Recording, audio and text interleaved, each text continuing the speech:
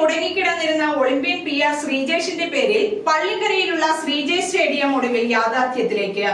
നിർമ്മാണം പൂർത്തിയാക്കുവാൻ ആവശ്യമായ മുഴുവൻ ഫണ്ടും അനുവദിക്കുമെന്ന് VP സജീന്ദ്രൻ MLA പ്രഖ്യാപിച്ചതോടെ സ്റ്റേഡിയം വീണ്ടും പ്രതീക്ഷയുടെ വെളിച്ചത്തിലേക്ക് എത്തിയിരിക്കുകയാണ്.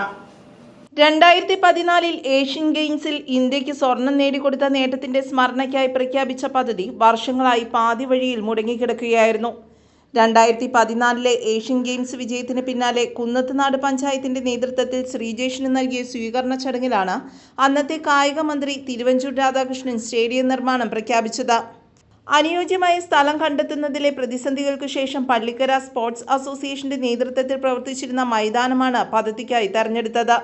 Panchayat fund, MLA fund, BPC, LCSR fund എന്നിവ ഉൾപ്പെടുത്തി 98.50 ലക്ഷം രൂപ ചെലവിൽ ഇൻഡോർ വോളിബോൾ സ്റ്റേഡിയം നിർമ്മിക്കുവാനായിരുന്നു പദ്ധതി. സ്റ്റേഡിയം നിർമ്മാണത്തിനായി മൈതാനം ഏറ്റെടുത്തതോടെ കളിസ്ഥലം നഷ്ടമായി ഉപയോഗിക്കുവാൻ കഴിയാത്ത അവസ്ഥയിലാണ്.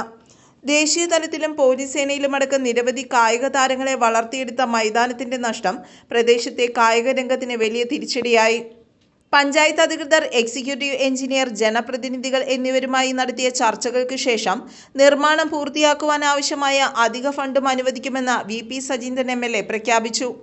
നിലവിലെ അവസ്ഥ വിലയിരുത്തി പുതുക്കിയ എസ്റ്റിമേറ്റ് തയ്യാറാക്കുവാൻ ഉദ്യോഗസ്ഥർക്ക് നിർദ്ദേശം നൽകിയിട്ടുണ്ടെന്നും ബജറ്റ് നടപടികൾ പൂർത്തിയായ ഉടൻ ടെൻഡർ നടപടികളിലേക്ക് കടക്കുമെന്നും MLA അറിയിച്ചു.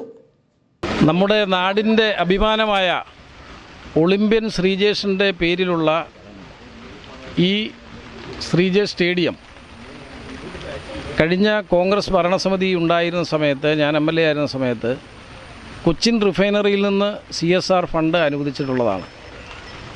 എന്നാൽ പിന്നീട് വന്ന 2020 ഭരണസമിതി ഈ സ്റ്റേഡിയം പൂർത്തീകരിക്കുവാനുള്ള യാതൊരു നടപടിയും സ്വീകരിക്കാത്തത് മൂലമാണ് ഇന്ന് ഈ സ്റ്റേഡിയം ഇതേ നിലയിൽ നിൽക്കുന്നത്. ഒളിമ്പ്യൻ ശ്രീജേഷ്, അദ്ദേഹത്തിൻ്റെ കുടുംബം, എല്ലാവരും നാട്ടിൽ ഇങ്ങനെ അദ്ദേഹത്തിൻ്റെ പേരിലൊരു സ്റ്റേഡിയം നിർമ്മാണം തുടങ്ങിയതിന് ശേഷം പൂർത്തീകരിക്കാത്തതിനെതിരെ കടുത്ത ഭാഷയിൽ വിമർശിച്ചിട്ടുണ്ട്. അതുകൂടാതെ നാട്ടിലുള്ള ഈ സ്റ്റേഡിയം വരണമെന്ന് ആഗ്രഹിക്കുന്ന സ്പോർട്സ് പ്രേമികളെല്ലാം ഇതേ നിലപാട് തന്നെ എടുത്തിട്ടുണ്ട്. ഇപ്പോൾ പഞ്ചായത്തിൻ്റെ ഭരണസമിതി UDFൻ്റെ വന്നു, UDF സർക്കാർ വന്നു. ഇപ്പോൾ ഉദ്യോഗസ്ഥരുമായി ഞങ്ങൾ ഇവിടെ വെച്ച് തന്നെ ഈ സ്റ്റേഡിയത്തിന് ഇവിടെ വെച്ച് തന്നെ ചർച്ച നടത്തി. ഇവിടെ ഈ സ്റ്റേഡിയം നിർമ്മിക്കുവാൻ എന്താണ് കുറവ്, എത്ര ഫണ്ടാണ് കുറവ്, ആ ഫണ്ട് അനുവദിച്ച് നിർമ്മാണം പുനരാരംഭിക്കാനുള്ള ചർച്ചകളാണ് ഇവിടെ പഞ്ചായത്ത് പ്രസിഡന്റ്, അതേപോലെ തന്നെ വൈസ് പ്രസിഡന്റ്, പഞ്ചായത്ത് മെമ്പർമാർ, മറ്റ് പൊതുസമൂഹത്തിലുള്ള ആളുകളെല്ലാവരും കൂടി ഇപ്പോൾ ചർച്ച ചെയ്ത് തീരുമാനമെടുത്തിരിക്കുന്നു. അപ്പോൾ എന്തായാലും ഇത് പുനർനിർമ്മിക്കാനുള്ള സാഹചര്യം ഒരുങ്ങിയിരിക്കുകയാണ്.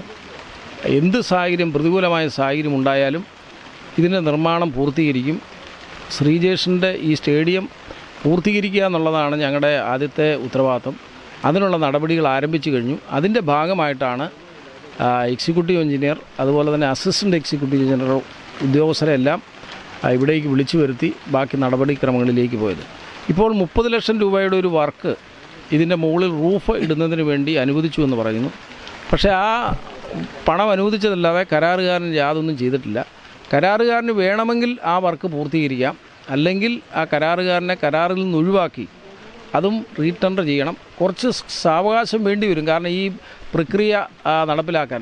കാരണം ഇതിൻ്റെ പിന്നാലെ പഞ്ചായത്തോ അല്ലെങ്കിൽ കഴിഞ്ഞ നേരത്തെ ഉണ്ടായിരുന്ന MLA ഇതിൻ്റെ പിറകിൽ നിന്ന് പ്രവർത്തിച്ചിരുന്നെങ്കിൽ ഇതിൻ്റെ പണി പൂർത്തീകരിക്കാൻ കഴിഞ്ഞാൽ. അവരാരും ഇതിനു വേണ്ടി യാതൊന്നും ശ്രമിച്ചില്ല.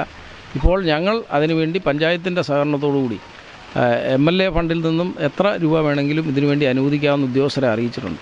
അപ്പോൾ അത് പൂർത്തീകരിക്കാനുള്ള സഹായം എല്ലാവരുടെയും തേടുകയാണ്, പഞ്ചായത്തിൻ്റെ തേടുകയാണ്.